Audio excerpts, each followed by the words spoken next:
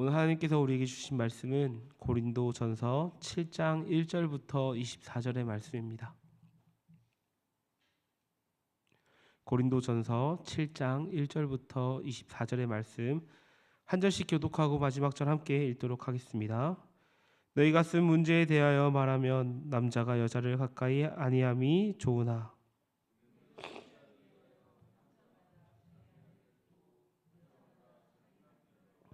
남편은 그 아내에 대한 의무를 다하고 아내도 그 남편에게 그렇게 할지라.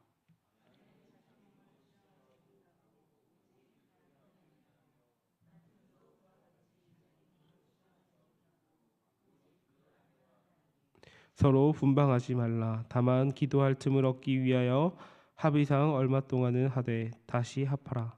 이는 너희가 절제 못함으로 말미암아 사탄이 너희를 시험하지 못하게 하려 함이라.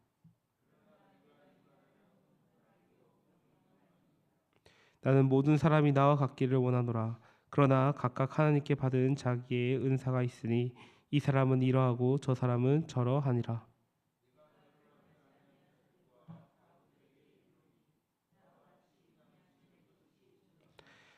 만일 절제할 수 없거든 결혼하라. 정욕이 불같이 타는 것보다 결혼하는 것이 나으니라.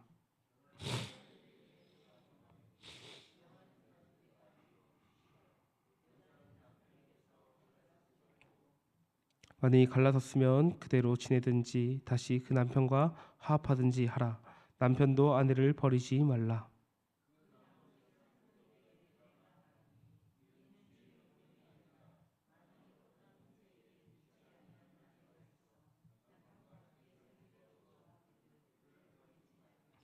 어떤 여자에게 믿지 아니한 남편이 있어 아내와 함께 살기를 좋아하거든 그 남편을 버리지 말라.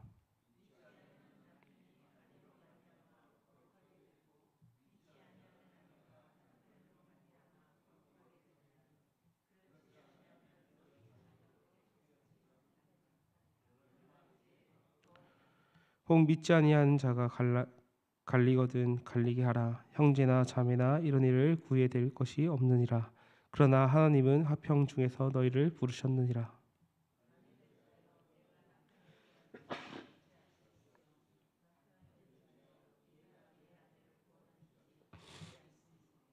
오직 주께서 각 사람에게 나눠주신 대로 하나님이 각 사람을 부르신 그대로 행하라. 내가 모든 교회에게 이와 같이 명하노라.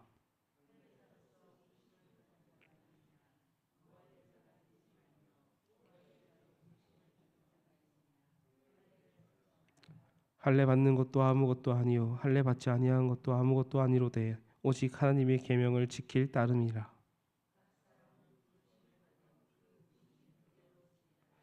내가 종으로 있을 때 부르심을 받았느냐 염려하지 말라. 그러나 내가 자유롭게 될 수 있거든 그것을 이용하라.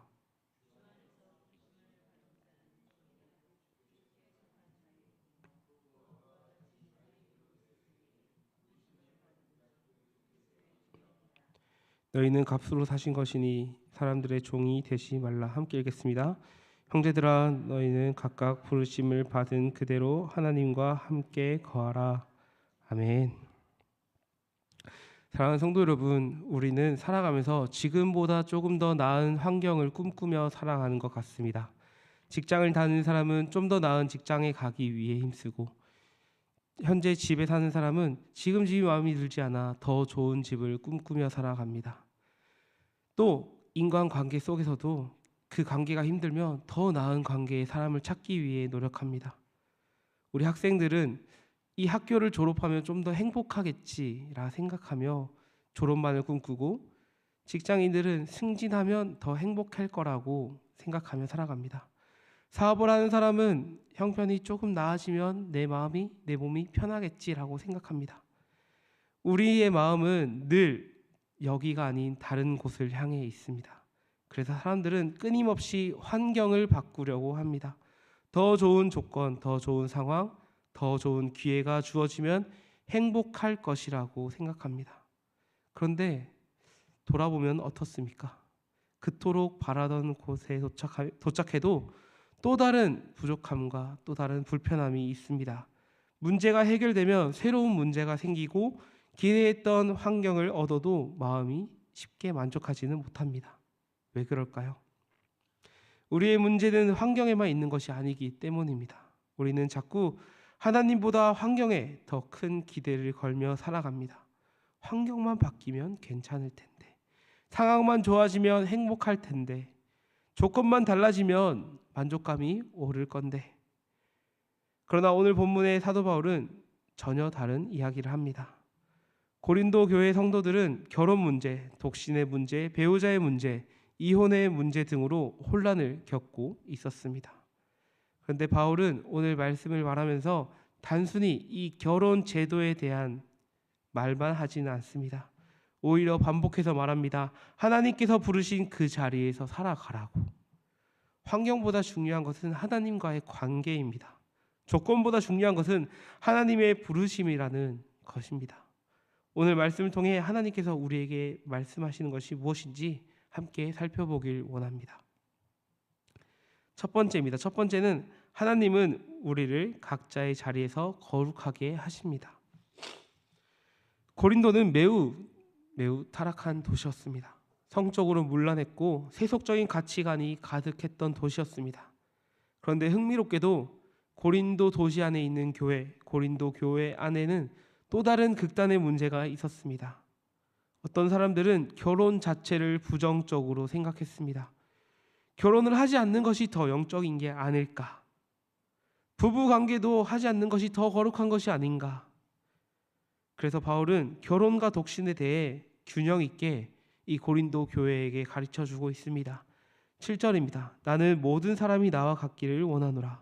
그러나 각각 하나님께 받은 자기 은사가 있으니 이 사람은 이러하고 저 사람은 저러하니라. 바울은 결혼도 은사라고 말합니다. 독신도 은사라고 말합니다. 둘 중 하나가 더 영적인 것이 아니라고 말하고 있습니다. 하나님은 각 사람에게 다른 은사를 주셨다는 것입니다. 우리는 늘 다른 사람을 부러워하며 살아갑니다. 독신은 가정을 부러워합니다. 또 한편으로 가정 있는 사람은 그 독신의 생활에 그 자유로움을 부러워할 때가 있습니다. 또 자녀가 없는 사람은 자녀가 있는 가정을 부러워합니다. 또 자녀가 있는 사람은 그 금액적인 부담이나 경제적인 부담 때문에 어쩌면 혼자 사는 그 사람들의 모습을 부러워할 때가 있습니다. 그러나 하나님은 우리 모두를 같은 길로 부르지 않으셨다는 것입니다. 하나님은 각각 다른 삶의 자리로 우리를 부르시고 허락하셨습니다. 중요한 것은 그 자리가 아닙니다. 그 자리에서 하나님께서 무엇을 이루고 계신가, 우리가 그것을 기억해야 한다는 것입니다. 결혼한 사람은 결혼을 통해 거룩을 배웁니다. 배우자를 사랑하는 법을 배우고 희생하는 법을 배우고 자기의 뜻을 내려놓는 법을 배웁니다. 독신의 사람은 하나님께 더욱 집중하는 삶을 통해 거룩을 배우게 됩니다. 결국 이 두 모습 또한 목적은 같습니다. 하나님을 닮아가는 것, 하나님께 거룩하게 다가가는 것입니다. 우리는 종종 하나님께 기도합니다. 하나님, 제 환경을 바꿔주시옵소서. 물론 하나님께서 우리의 환경을 바꾸시지 못하는 분은 아니십니다. 어쩌면 우리의 환경도 바꿔주실 수 있는 분이십니다. 그러나 더 중요한 것은 환경을 바꾸는 것이 아니라 우리를 변화시키는 것입니다. 모세는 광야에서 훈련을 받았습니다. 요셉은 감옥에서 준비되는 삶을 살았습니다. 다윗은 목동의 자리에서 왕의 마음을 배웠습니다. 하나님은 늘 우리가 원하는 곳보다 하나님이 정해주신 자리에서 일하기를 원하십니다. 또한 바울은 부부 관계에 대해서도 말합니다. 10절과 11절에서 부부가 함부로 갈라서지 말라고 권면합니다. 그리고 믿지 않는 배우자와 함께 사는 문제에서도 가능한 한 관계를 지키라고 말합니다. 왜 그렇습니까? 그 믿지 않는 부부의 관계 속에서도 하나님은 일하실 수 있기 때문입니다. 16절의 말씀입니다. 아내된 자여 내 남편을 구원할지는 어찌 알 수 있으며 남편된 자여 내가 내 아내를 구원할지는 어찌 알 수 있으리요.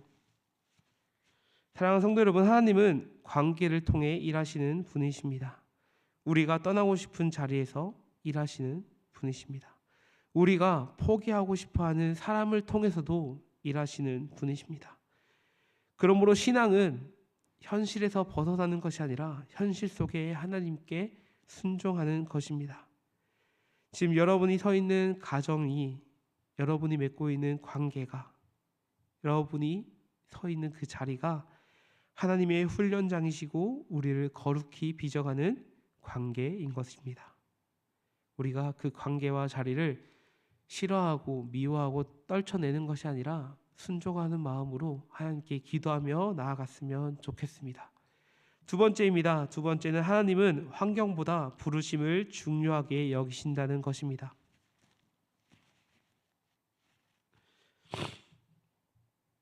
본문 후반절에 들어가면 바울은 같은 말을 반복합니다.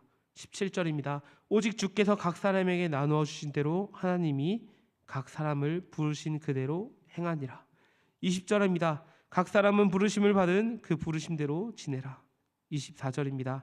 형제들아 너희는 각각 부르심을 받은 그대로 하나님과 함께 거하라. 3번 반복됩니다. 성경에서 반복은 강조입니다. 바울은 고린도 성도들이 반드시 기억해야 할 진리를 강조하고 있는 것입니다. 당시 사람들은 자신의 신분에 대해 굉장히 민감했습니다. 할례를 받았는지 받지 않았는지, 종인지 자유인인지. 그러나 바울은 그런 외적인 조건보다 더 중요한 것이 있다라고 말합니다. 계속 반복해서 말하는 그 하나님의 부르심입니다. 21절입니다. 내가 종으로 있을 때에 부르심을 받았느냐? 염려하지 말라. 이 말은 종의 신분을 바꾸라는 말이 아닙니다. 신분은 인생의 본질이 아니라는 것입니다. 22절입니다. 주 안에서 부르심을 받은 종이라도 주께 속한 자유인이요 자유인이라도 그리스도의 종이니라. 세상은 직업으로 사람을 평가합니다. 세상은 그가 갖고 있는 재산으로 그 사람을 평가합니다. 그러나 하나님은 그렇게 보지 않으십니다. 하나님은 그가 가진 재산, 외적인 모습, 어쩌면 성공했는가 실패했는가가 아니라 누구에게 속해 있는가를 보시는 분이십니다. 그리스도께 속한 사람은 이미 가장 복된 사람입니다. 그래서 바울은 환경보다 부르심을 바라보라고 고린도 사람에게 말하고 있는 것입니다. 생각해보면 바울은 감옥에서도 하나님을 찬송했습니다. 요셉은 감옥에서 소망을 잃지 않았습니다. 다니엘은 포로된 땅에서 기도를 멈추지 않았습니다. 그들의 환경은 어쩌면 어떤 사람보다 비참했고 떨어졌던 삶입니다. 그러나 하나님과 동행했기 때문에 그들의 믿음은 흔들리지 않았습니다. 오늘 우리도 마찬가지입니다. 우리는 자꾸 미래의 이야기를 합니다. 자꾸 먼 미래의 이야기를 나누기를 원합니다. 상황이 좋아지기를 원하는 거겠죠. 그러면서 더 나아지면 우리가 하나님께 더 잘 나아가겠습니다. 더 좋아지면 더 열심히 섬기겠습니다. 우리의 문제가 해결만 된다면 뭘 못하겠습니까? 하지만 하나님은 말씀하십니다. 지금 이 자리에서, 지금 이 부르심의 자리에서 나를 섬기라고 말입니다. 하나님은 내일의 순종보다 오늘의 순종을 원하시는 분이십니다. 미래의 헌신보다 현재의 충성을 원하시는 분이신 줄 믿습니다. 이제 말씀을 정리하려고 합니다. 사랑하는 성도 여러분, 오늘 본문은 어쩌면 결혼에 대한 이야기를 나누는 것 같지만 사실 부르심에 대한 이야기입니다. 하나님은 오늘 묻고 계십니다. 너는 지금 내가 부른 자리에서 나를 섬기고 있느냐? 우리의 가정도 부르심의 자리입니다. 우리의 직장도 부르심의 자리입니다. 우리가 지금 여기 있는 이 교회도 부르심의 자리이고 우리의 삶도 부르심의 자리입니다. 우리는 자꾸 다른 곳을 바라보지만 하나님은 우리가 지금 이 자리를 바라보기를 원하시는 분이십니다. 지금 있는 자리에서 하나님을 사랑했으면 좋겠습니다. 지금 있는 자리에서 하나님께 순종했으면 좋겠습니다. 우리가 그렇게 나아갈 때 하나님께서는 우리가 있는 바로 그 자리에서 역사하실 것입니다. 오늘도 하나님께서 부르신 자리에서 하나님과 함께 걸어가는 저와 우리 성도님들이 되길 간절히 소망합니다. 함께 기도하겠습니다. 사랑의 하나님, 오늘도 말씀 가운데 우리를 불러주시고 또 주님께 나아가게 하심에 너무나 감사합니다. 우리는 자꾸 환경이 바뀌길 원하고 조건이 좋아지길 바라며 살아왔습니다. 그러나 하나님께서 허락하신 삶의 자리에서 먼저 하나님을 바라보며 순종하는 삶이 될 수 있도록, 그 말씀을 기억하며 살아갈 수 있도록 주님 함께하여 주시옵소서. 가정과 일터, 교회 모든 관계 속에서 맡겨주신 부르심에 신실하게 감당하게 주님 함께하여 주시고, 어떤 상황 속에서도 하나님과 동행하는 믿음을 허락하여 주시옵소서. 오늘도 우리의 삶을 통해 하나님께 영광 돌리게 하시고 주어진 자리에서 충성하는 우리 모두가 될 수 있도록 주님 함께하여 주시옵소서. 이 모든 말씀 살아계신 예수님의 이름으로 기도합니다. 아멘. 오늘 말씀을 기억하며 함께 기도했으면 좋겠습니다. 첫 번째로 기도할 때 우리가 늘 환경이 바뀌면 행복할 거라고 생각하는 것이 정말 우리의 모습인 줄 주님께 내려놓으며, 오늘부터 그 미래와 환경을 탓하며 살아가는 것이 아니라 하나님께서 오늘 우리에게 부르신 자리에서 신실하게 살아갈 수 있도록 주님 함께하여 달라고, 매일의 삶 가운데 감사와 순종으로 살아가게 달라고, 하나님을 신뢰하게 달라고 기도했으면 좋겠습니다. 두 번째로 기도할 때 우리의 가정과 일터, 교회와 모든 관계 속에서 하나님께서 맡겨주신 부르심에 신실하게 감당하는 우리가 되게 해달라고, 어디에 있든지 하나님과 동행하는 삶을 살게 해달라고 기도하신 후에 각자 가져오신 기도 제목으로 함께 기도하며 나아가도록 하겠습니다. 함께 기도하겠습니다.